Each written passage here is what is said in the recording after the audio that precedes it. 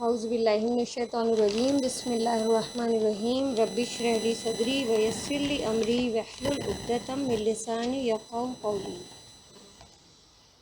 آیت نمبر 63 سورہ بقرہ پہلا پارہ۔ ترجمہ دیکھتے ہیں۔ وَإِذْ أَخَذْنَا، اور جب لیا ہم نے، میثاقکم، پختہ عہد تم سے، ورفعنا، اور اٹھایا ہم نے، فوقکم، اوپر تمہارے، الطور، طور کو، خذوا، پکڑو، ما، جو، آتیناکم، دیا ہم نے تمہیں، بقوۃ، ساتھ قوت کے، واذکروا، اور یاد کرو، ما فیہ، اس میں جو ہے، لعلکم، تاکہ تم، تتقون، تم بچ جاؤ۔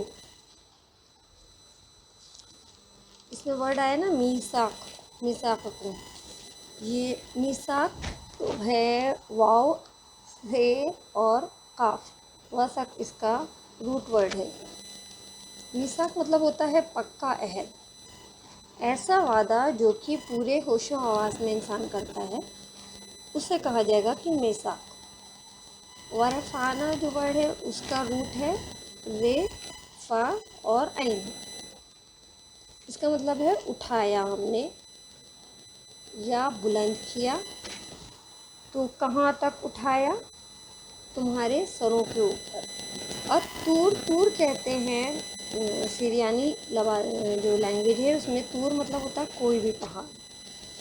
تو یہاں پہ جو طور پہاڑ کی بات ہے تو بنی اسرائیل کے سر پہ اللہ تعالیٰ نے طور پہاڑ کو اٹھا کے ان سے عہد لیا تھا۔ اور کیا فرما رہا اللہ پاک کہ پکڑ لو جو دیا ہم نے تم کو۔ کیا دیا گیا تھا؟ آیت نمبر 53 میں ہم اسے پڑھ چکے ہیں پیچھے کہ ہم نے دی کتاب موسیٰ علیہ السلام کو، اور فرقان، فرقان مطلب ہوتا ہے سمجھ، یعنی کتاب دینے کے ساتھ کتاب کی سمجھ بھی دی تاکہ تم ہدایت پا جاؤ۔ اور اسی آیت کا یہاں پہ ریفر کر کے اللہ تعالیٰ کیا فرما رہے ہیں کہ اس کتاب کو لے لو مضبوطی کے ساتھ، واذکروا، اس کا مطلب ہے یاد کرو یا یاد رکھو، جو بھی اس میں ہے اس کو تم لے ہی نہیں لو بلکہ اس کو یاد بھی رکھو تاکہ تم بچ جاؤ برے انجام سے۔ خطاب یہاں بھی بنی اسرائیل سے ہے۔ وَإِذَا أَخَذْنَا، اور جب لیا ہم نے، پختہ عہد تم سے، اور اٹھایا ہم نے اوپر تمہارے طور کو، پکڑو جو دیا ہم نے تمہیں، ساتھ قوت کے، اور یاد کرو جو اس میں ہے تاکہ تم بچ جاؤ۔ دیکھیے کوئی بات اگر ہمیں پڑھی ہوئی ہے ہم نے یا سمجھی ہوئی ہے تو تب تک ویلیو نہیں کرتی جب تک عمل کرتے وقت اس کو، کوئی کام کرتے وقت اس بات کو یاد نہ رکھا جائے۔ عمل کرنے کے لیے احکام کا صرف جان لینا یا سمجھ لینا کافی نہیں ہے۔ کیا ضروری ہے کہ جب موقع آئے، لائف میں کوئی ڈیسیزن لینا ہو ہمیں، انفیکٹ روزانہ ہی ہم چھوٹے بڑے ڈیسیزن دن بھر لیتے رہتے ہیں، تو اس ٹائم اللہ تعالیٰ کا حکم اس کانٹیکس میں یاد رکھا جائے۔ چاہے ہم حافظ قرآن ہی کیوں نہ ہوں، اگر موقع پڑنے پر ہمیں اللہ تعالیٰ کا حکم یاد ہی نہیں آئے گا تو ہم بچ نہیں سکتے۔ تو اللہ تعالیٰ کیا فرما رہا ہے؟ مضبوطی سے پکڑنے کو۔ اس سے کیا مطلب ہے کہ وہ دماغ میں رہنا بھی چاہیے، یاد بھی رکھنا ہے اسے۔ مضبوطی سے پکڑنے کے لیے کیا کرنا ہوگا؟ ہمیں عمل کے وقت اس کی پیروی کرنی ہوگی، اس احکام کی جو اللہ تعالیٰ نے ہمیں دیے ہیں۔ کیونکہ بہت سے لوگ آپ کو ایسے ملیں گے اپنے سراؤنڈنگ میں، یا ہم خود اپنے آپ کو بھی دیکھیں کہ ہم قرآن صرف پڑھتے ہیں اور عمل اپنی خواہشات کے اکارڈنگ کرتے ہیں۔ تو یاد رکھو اس میں جو کچھ ہے، وَاذْكُرُوا مَا فِيهِ، ماں میں اس کا مطلب ہے جو بھی اس میں کلیکٹیولی آ رہا ہے کہ جو کچھ بھی اس میں ہے، کوئی چوائس نہیں دی، یہ نہیں کہا کہ پارٹ اینڈ پارشل لے لو، جو پسند آئے صرف اتنے عمل کر لو اور باقی چیزیں چھوڑ دو، ایسا نہیں کہا، بلکہ سب کچھ جو کچھ بھی اس میں ہے وہ سب جب تم پکڑ کے رکھو گے، اس سب کو اپنے عمل میں لاؤ گے، تبھی تم بچ سکو گے۔ بچنا اسی وقت پاسبل ہے کہ اللہ کی کتاب میں جو بھی کچھ ہے اس کو مضبوطی کے ساتھ پکڑ لیں۔ اس میں دیکھیے تعلیم بھی آتے ہیں، تذکیر بھی آتی ہے، سب کچھ اس میں آ گیا۔ تو کتاب کو پڑھتے رہنا تقویٰ کے حصول کا سب سے بڑا ذریعہ ہے، کیونکہ وہ یاد رکھنے میں ہمیں ہیلپ کرتا ہے کہ کیا کرنا ہے، کس وقت کیا ڈیسیزن لیتے وقت کیا اللہ تعالیٰ کے احکام ہمیں یہاں پہ فالو کرنے ہیں۔ یعنی قرآن کا سیکھنا، سکھانا، سمجھنا، اس کو یاد رکھنا، تذکیر جو ہے یذکروا سے ہی ہے، یہی وہ ذریعے ہیں جس سے انسان کو تقویٰ حاصل ہو سکتا ہے، جس کے نتیجے میں انسان جو ہے بچتا رہے گا، جہنم سے بچنے والی اپنی لائف گزار سکتا ہے۔ الگ لفظوں میں ہم کہہ سکتے ہیں کہ صرف قرآن کو پڑھ لینا کافی نہیں ہے، صرف رٹ لینا کافی نہیں ہے، یا صرف سمجھ لینا ہی کافی نہیں ہے، بلکہ ضرورت کے وقت اس کو یاد رکھنا بھی نہایت ضروری ہے۔ تو بنی اسرائیل کو جب اللہ تعالیٰ نے کتاب دی اور انہوں نے اس کے احکام دیکھے تو وہ کہنے لگے کہ بھئی یہ تو بہت مشکل ہے، یہ تو ہم نہیں کر سکتے۔ تو اس وقت کیا کہا گیا کہ کرو، کیے بغیر تو کوئی چھٹی نہیں ہے، مطلب کوئی چوائس تمہیں نہیں دی جا رہی ہے کہ کرو یا نہیں کرو چلے گا، ایسا نہیں ہے۔ تو ہم یہ دیکھیں کہ ان کو کس طرح سے کہا گیا، سر پہ ان کے پہاڑ لا کے۔ تو ہم یہ دیکھیں کہ جب بنی اسرائیل سے یہ کہا جا رہا ہے کہ وہ بھی پہاڑ کو سر پہ معلق کر کے کہا جا رہا ہے کہ اس کو کرو اور پکا وعدہ کرو ان سے کہ تم کرو گے، تو ہمارے لیے کیا حکم ہے کہ ہم قرآن کو کس طرح سے لیں گے؟ بس اس کو دیکھ کے ہم خوش ہوتے رہیں یا صرف پڑھتے رہے ہیں تو کیا وہ کافی ہے؟ کیونکہ مفہوم حدیث ہے کہ نبی صلی اللہ علیہ وسلم نے فرمایا کہ میں تمہارے بیچ دو چیزیں چھوڑ کے جا رہا ہوں، اگر تم ان کو مضبوطی سے پکڑ کے رکھو گے تو کبھی بھی گمراہ نہیں ہوگے، مطلب تم سیدھے راستے سے نہیں بھٹکو گے، ادروائز گمراہ ہوگے ہی ہوگے۔ اس کا ادر مطلب کیا نکلتا ہے کہ اگر ان میں سے کچھ بھی چھوٹا تو ڈیفینیٹلی تم راہ کو گم کر دو گے۔ جو راستہ اللہ تعالیٰ نے تمہارے لیے جنت کی طرف لے جانے والا بنایا ہے وہ یہ قرآن ہی ہے۔ تو ہدایت پہ قائم رہنے کے لیے کیا چیز ضروری ہے کہ اسے ہم ریوائز کرتے رہیں، پڑھتے رہیں، اور اس کے ساتھ ایک کانٹینیوس ریلیشن اپنا قائم رکھیں، تعلق کو قائم رکھنا یہ ضروری ہے۔ کیونکہ جس چیز کے ساتھ ہمارا تعلق نہیں رہتا، انسان کا تعلق اگر کسی چیز سے کٹ جاتا ہے انسان اسے بھول جاتا ہے، چاہے وہ کتنی ہی امپورٹنٹ چیز کیوں نہ ہو۔ سورہ اعراف آیت نمبر 169 سے 169 to 171 میں اسی آیت کی ڈیٹیل آتی ہے۔ یہاں پہ صرف ایک آیت ہے 163 اور اس کی ڈیٹیل 3 آیت میں ملتی ہے سورہ اعراف میں۔ یہاں پہ ایک بات اس سے یہ بھی کلیئر ہوتی ہے کہ قرآن کے جو بعض صورتیں ہیں ان کا جو تفسیر ہے ہمیں قرآن کی ہی بعض اور صورتوں میں مل جاتی ہے۔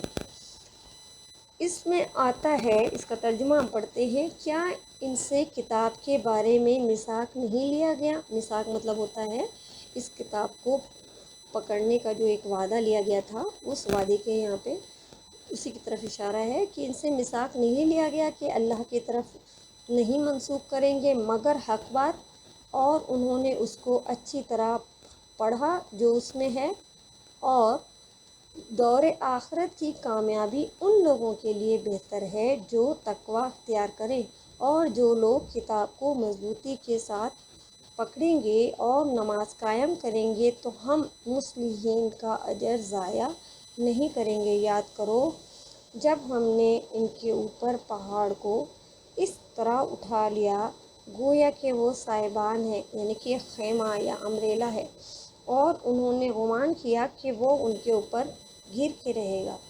تو کئی لوگ جو اس آیت کی تفسیر ہے جو 63 کی اس کی اس طرح بھی کرتے ہیں کہ اللہ تعالیٰ نے یہ میثاق جو ہے پہاڑوں کے بیچ میں لے جا کے لیا، کوئی سر پہ نہیں آیا تھا اٹھ کے، لیکن سورہ اعراف کی اس آیت سے، ان آیات سے یہ بات کلیئر ہو جاتی ہے کہ وہ سر کے اوپر آیا تھا، اوپر سروں کے اٹھا کے اللہ تعالیٰ نے اس طرح اٹھایا کہ جیسے وہ ایک خیمہ کی طرح ان کے سر پہ آ گیا، اور ان کو یہ ڈر لگ رہا تھا کہ وہ ان کے اوپر گر کے رہے گا۔ تو قرآن کی آیت کی تفسیریں اپنے من گڑن کرنا بالکل بھی ٹھیک نہیں ہے، بہت ہی ڈرنے کی بات ہے۔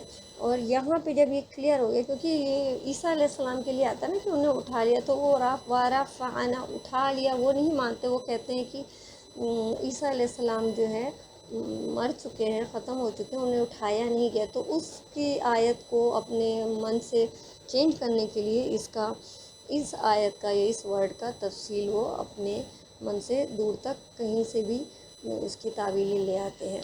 لیکن یہ یاد رکھیے کہ قرآن کی تفسیر سب سے پہلے قرآن سے ہی کرنی چاہیے، قرآن کی بعض آیات کو قرآن کی تفسیریں، دوسرے نمبر پہ آتی ہیں احادیث، صحیح احادیث، اس میں دیکھنا چاہیے، اور تیسرے نمبر پہ آتے ہیں اقوال صحابہ جن کے سامنے قرآن نازل ہوا تھا۔ اور اس کے بعد مزید تحقیقات، اور جو ان سے جو قرآن اور حدیث ہیں، اقوال صحابہ ہیں، ان سے ٹیلی کریں، ایسی تحقیق کر کے ان آیات کی تفسیر نکالنی چاہیے، بلکہ اپنے آپ سے ادھر ادھر سے نکالنا صحیح نہیں ہے، اس سے ہم بھٹک سکتے ہیں۔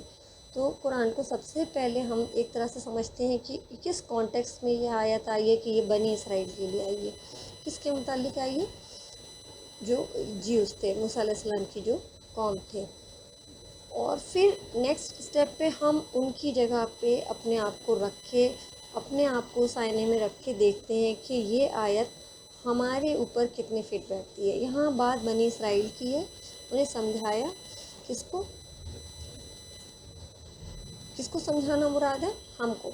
ہمیں تو اللہ تعالیٰ فرما رہا ہے کہ بنی اسرائیل کو جب کہا گیا کہ اسے پکڑو اور سب یاد رکھو، وَاذْكُرُونِی، دماغ میں پریزنٹ رکھنا، غائب نہیں کر دینا ہے کبھی بھی اللہ تعالیٰ کے احکام، کسی بھی پوائنٹ آف لائف پہ، کسی بھی ڈیسیزن لیتے ٹائم، چاہے وہ چھوٹے سے چھوٹا ہو یا بڑا ہو، ہم کو کسی بھی ٹائم اللہ تعالیٰ کے احکام کو سائڈ میں رکھ کے اپنا ڈیسیزن نہیں لینا ہے۔ مطلب جنرلی ہمارا ایٹیٹیوڈ یہ ہوتا ہے کہ یہ تو سب لوگ کرتے، اتنا جھوٹ بولنے میں کیا پرابلم ہے، اتنا یہ تھوڑا سا غلط کرنے میں کیا ہے۔ نہیں، ایسا نہیں کرنا ہمیں، کیونکہ یہاں پہ اللہ تعالیٰ کیا فرما رہا ہے کہ اللہ تعالیٰ کے احکام کو مضبوطی سے پکڑو اور اپنے وعدے کو یاد رکھو، تبھی تم بچ پاؤ گے۔ اور ہم میں سے ہر شخص ایک طرح سے اللہ تعالیٰ کے ساتھ ایک عہد میں، ایک وعدے میں بندھا ہے۔ کیسے؟ کیونکہ ہم سب کہتے ہیں نا لا الہ الا اللہ، کہ اللہ کے علاوہ کوئی معبود نہیں۔ تو دو طرح کے لوگ ہوتے ہیں، ایک تو وہ ہوتے ہیں جو عہد کو توڑ دیتے ہیں، جنہیں قرآن میں کہا گیا فاسق یا نافرمان، جو اللہ کے وعدے کو توڑ دیتے ہیں۔ اور دوسرے کون ہیں؟ جو وعدہ نبھاتے ہیں، اللہ نے جو بھی حکم دیا ہے وہ ہی کرتے ہیں۔ وہ مفہوم حدیث ہے، ابو درداء رضی اللہ عنہ فرماتے ہیں کہ نبی صلی اللہ علیہ وسلم نے اپنی نگاہ آسمان کی طرف اٹھائی، پھر فرمایا، جب یہ صحابہ اکرام آس پاس بیٹھے ہوئے تھے تو پیارے نبی صلی اللہ علیہ وسلم نے اپنی نگاہ کو اوپر اٹھایا۔ دیکھیے یہاں پہ ٹیچنگ کا ایک میتھڈ بھی ملتا ہے ہمیں، جب بھی ہم قرآن پڑھائیں کسی کو یا کوئی اور طرح سے ٹیچنگ اپنے بچوں کو کوئی نصیحت کر رہے ہیں، تو ہم اپنے ایکٹ سے بھی ان کو کوئی چیز سمجھا سکتے ہیں، کیونکہ جب کوئی ٹیچ کر رہا ہوتا ہے تو سب لوگ اسی کی طرف کنسنٹریشن سے دیکھتے ہوتے ہیں یا اسی کی بات سنتے ہوتے ہیں، تو وہ اپنی باتوں کے ذریعے اور اپنی کچھ ایکٹیویٹیز کے ذریعے کسی چیز کو بہت پراپرلی سمجھا سکتا ہے۔ تو پیارے نبی صلی اللہ علیہ وسلم نے اپنی نگاہ کو آسمان کی طرف اٹھایا، پھر فرمایا کہ یہ اس وقت کی بات ہے جب علم اٹھا لیا جائے گا، یہاں تک کہ وہ کسی چیز پہ قادر نہیں رہیں گے، یعنی انہیں کچھ بھی پتہ نہیں رہے گا کہ دین کیا ہے۔ اصل بات کسی کو پتہ ہی نہیں ہوگی کہ اس پرٹیکولر ڈیسیزن آف لائف میں کیا کرنا ہے ہمیں، مطلب دین کا صحیح جو بھی احکام ہے اسی پرٹیکولر اسپیکٹ آف لائف میں، وہی کسی کو نہیں پتہ رہے گا۔ تو زید بن عابد انصاری رضی اللہ عنہ نے کہا کہ کیسے اٹھا لیا جائے گا، مطلب انہیں بہت تعجب ہوا کہ دین کس طرح سے اٹھا لیا جائے گا۔ وہ فرمانے لگے کہ ہم تو قرآن پڑھتے ہیں، اور قسم اللہ کی ہم اس کو ضرور پڑھتے رہیں گے، اور مرتے دم تک قرآن نہیں چھوڑیں گے، اور ہم اپنی عورتوں کو بھی اس کو پڑھائیں گے اور بچوں کو بھی قرآن ضرور پڑھائیں گے۔ اور یہ کون کہہ رہا ہے؟ یہ صحابہ اکرام کہہ رہے ہیں، پیارے نبی صلی اللہ علیہ وسلم کے سراؤنڈنگ میں بیٹھے ہوئے صحابہ کہہ رہے ہیں کہ ہم بھی پڑھیں گے اور لوگوں کو بھی، اپنے گھر والوں کو بھی، عورتوں کو بھی، بچوں کو بھی پڑھائیں گے۔ اور ایسا انہوں نے کیوں کہا؟ کیونکہ ان کو یہ لگا کہ جب سب ہم پڑھ رہے ہیں تو کس طرح سے یہ قرآن کیسے اٹھا لیا جائے گا۔ اور انہوں نے صرف یہ کہا ہی نہیں، صحابہ اکرام نے یہ کیا بھی۔ تو آپ صلی اللہ علیہ وسلم نے جواب دیا، انہیں فرمایا کہ تمہاری ماں تم پہ روئے۔ دیکھیے یہ ایک محاورہ ہے جو عرب میں یوز ہوتا ہے، یہ ایک محبت والا طنز ہے، ایک ڈانٹ ہے کہ تم کو تمہاری ماں روئے۔ میں تو تمہیں مدینہ کے سمجھدار لوگوں میں سمجھتا تھا، دیکھو تو یہ جو تورات ہے اور جو انجیل ہے یہ یہود و نصارہ کے پاس نہیں ہے، تو یہ ان کے کسی کام میں آتی ہے؟ مطلب کتاب تو یہود و نصارہ کے پاس بھی تھی، تو کیا کیا انہوں نے اس کتاب کا؟ اس میں تبدیلیاں کر دی، جو دل نہیں چاہا، جو بھی احکام انہیں مشکل لگے انہوں نے اس کو چینج کر دیا۔ اور صرف چینج ہی نہیں کیا، کئی جگہ سے احکام ہٹا ہی دیے۔ اور دوسری کیا بات کی انہوں نے کہ ان کی جو کتابیں تھیں ان کو صرف علماء ہی پڑھتے تھے، عوام جو ہے صرف امیدوں پہ جیتے تھے کہ جو بھی بزرگ بتا دیتے تھے بس وہ اسی پہ ایگری ہو جاتے تھے اور خود اس کو پڑھتے نہیں تھے۔ اور آج دیکھیں ہم مسلموں کا بھی کیا حال ہے، کیا معاملہ ہے ہمارا کہ ہم اس کو پڑھتے ہیں تو کتنے پرسنٹ ہم سمجھتے ہیں۔ حالانکہ حکم کیا آیا ہے کہ پکڑ لو اسے مضبوطی کے ساتھ۔ آج ہم سب اپنی لائف پہ ایک نظر ثانی کریں گے کہ خود جائزہ لیں اپنے اپنے شب و روز کا، اپنی ڈیلی روٹینز کا، کہ ہماری زندگی میں قرآن کتنے پرسنٹ ہے، کتنے پرسنٹ معاملات ہم اپنے قرآن کی روشنی میں اس سے ڈیسائیڈ کرتے ہیں۔ اور یہ ترتیب میں یا سیکوینس میں کس نمبر پہ ہم دن میں کیا کیا کرتے ہیں اس کی لسٹ بنائیں۔ اور میں قرآن بھی پڑھتی ہوں، تو جو لوگ کسی قرآنک انسٹیٹیوشن سے یا کسی کلاس سے اٹیچ نہیں ہیں وہ کتنا قرآن پڑھتے ہیں، کتنا اس کو سمجھتے ہیں۔ کیا بعض لوگ یہ کہتے ہیں کہ کیا بھائی قرآن پڑھنا فرض ہے؟ تو دیکھیے یہاں فرض اور سنت سے نہیں مطلب، یہ قرآن کی آیت ہے جو ہم پڑھ رہے ہیں، آیت نمبر 63، اور اس میں یہ صاف صاف لکھا ہوا ہے کہ قرآن کو پکڑنا ہے، اسے مضبوطی کے ساتھ پکڑنا بھی ہے اور یاد بھی رکھنا ہے۔ تو ہم قرآن کس وقت پڑھتے ہیں؟ اور یہ سوچئے کہ ہم زیادہ کس وقت پڑھتے ہیں؟ جب بھی کوئی ہمارے اوپر پہاڑ آ جاتا ہے نا، سر پہ کوئی مصیبت آ جاتی ہے، سر پہ کوئی پرابلم آ جاتی ہے، اس ٹائم ہم خود بھی پڑھتے ہیں اور اوروں لوگ کو بھی جمع کر لیتے ہیں، بھائی آ جاؤ ہمارے یہاں ہم لوگ قرآن پڑھ رہے ہیں۔ اور جس وقت ہم سمجھ رہے ہیں یا ہم سمجھنے کی کوشش کر رہے ہیں تو، یا ہم خود ہی نہیں سمجھتے تو ہم لوگوں کو کیا بلائیں گے، تو سمجھنے کے لیے کتنے لوگوں کو بلاتے ہیں۔ تو اس کے بعد کیا فرمایا کہ جب پہاڑ ہٹا دیا تو یہ پلٹ گئے۔ آیت نمبر 64 اس کا ترجمہ دیکھیے، ثم تولیتم، پھر گئے تم، من بعد ذالک، بعد اس کے، فلولا، پس اگر نہ ہوتا، فضل اللہ، فضل اللہ کا، علیکم تم پر، ورحمتہ، اور رحمت اس کی، لکنتم، البتہ ہوتے تم، من الخاسرین، خسارہ پانے والوں میں سے۔ تولو کا مطلب ہم نے پڑھا تھا پھر جانا، یا اس کا مطلب ہوتا ہے منہ پھیر لینا، الٹا پھر جانا، پیٹھ پھیرنا، کسی چیز سے بھاگ جانا، بے رخی اختیار کرنا۔ تو پھر تم نے کیا کیا کہ تم منہ پھیر گئے، بھاگ گئے۔ اس کے بعد یعنی کہ اس انسیڈنٹ کے بعد، کس انسیڈنٹ کی بات ہو رہی ہے یہاں پہ؟ جب پہاڑ سر پہ تمہارے سر پہ اٹھایا گیا اور تم سے پکا وعدہ لے لیا گیا کہ تم سارے احکام اللہ تعالیٰ کے دیے گئے مانو گے، تم اپنے وعدے سے پھر گئے۔ پھر اگر نہ ہوتا، فضل اللہ، فلولا، پس اگر نہ ہوتا، فضل اللہ کا تم پر، اور رحمتہ، اور اس کی رحمت۔ فضل مطلب ہوتا ہے مہربانی، احسان، یعنی تمہارے اس منہ پھیرنے کے قصور کے باوجود اگر اللہ کا تم پہ فضل، احسان اور مہربانی نہ ہوتی، ورحمتہ، اور اس کی رحمت، اللہ تعالیٰ کی شفقت، محبت نہ ہوتی، البتہ ہو جاتے تم خسارہ پانے والوں میں سے۔ خاسرین ورڈ آیا ہے نا، اس کا روٹ ہے خے سین را۔ خسارہ مطلب ہوتا ہے نقصان، نقصان اٹھانے والے۔ پھر اس کے بعد تم نے منہ موڑ لیا، تولا مینس اعراض کرنا، جیسے کوئی ہماری جان پہچان ہی نہیں ہے، اب ہماری تمہاری کوئی تعلق ہی نہیں ہے۔ ہم نے جو ہے تمہیں پڑھا تھا اس وقت جب کوئی مصیبت ہمارے سر پہ آئی ہوئی تھی، جب وہ مسئلہ ٹل گیا اب تم جانو اور ہم جانیں، اپنا اپنا ہم کام کریں گے۔ اب کون پڑھے گا بھائی سے؟ اب کوئی ایگزام ہو، کوئی مسئلہ ہو، شادی نہیں ہو رہی ہو، جاب نہیں لگ رہی ہو، کوئی بیماری آئی ہو، کوئی بہت بڑا مسئلہ ہو، تو اس وقت تو ہم بہت سارے وظیفے کر لیں گے، کوئی ایک آیت نکالیں گے، اس کو ہزاروں دفعہ بھی پڑھ لیں گے۔ لیکن اب جب کام ہمارا نکل گیا تو ہم نے منہ موڑ لیا۔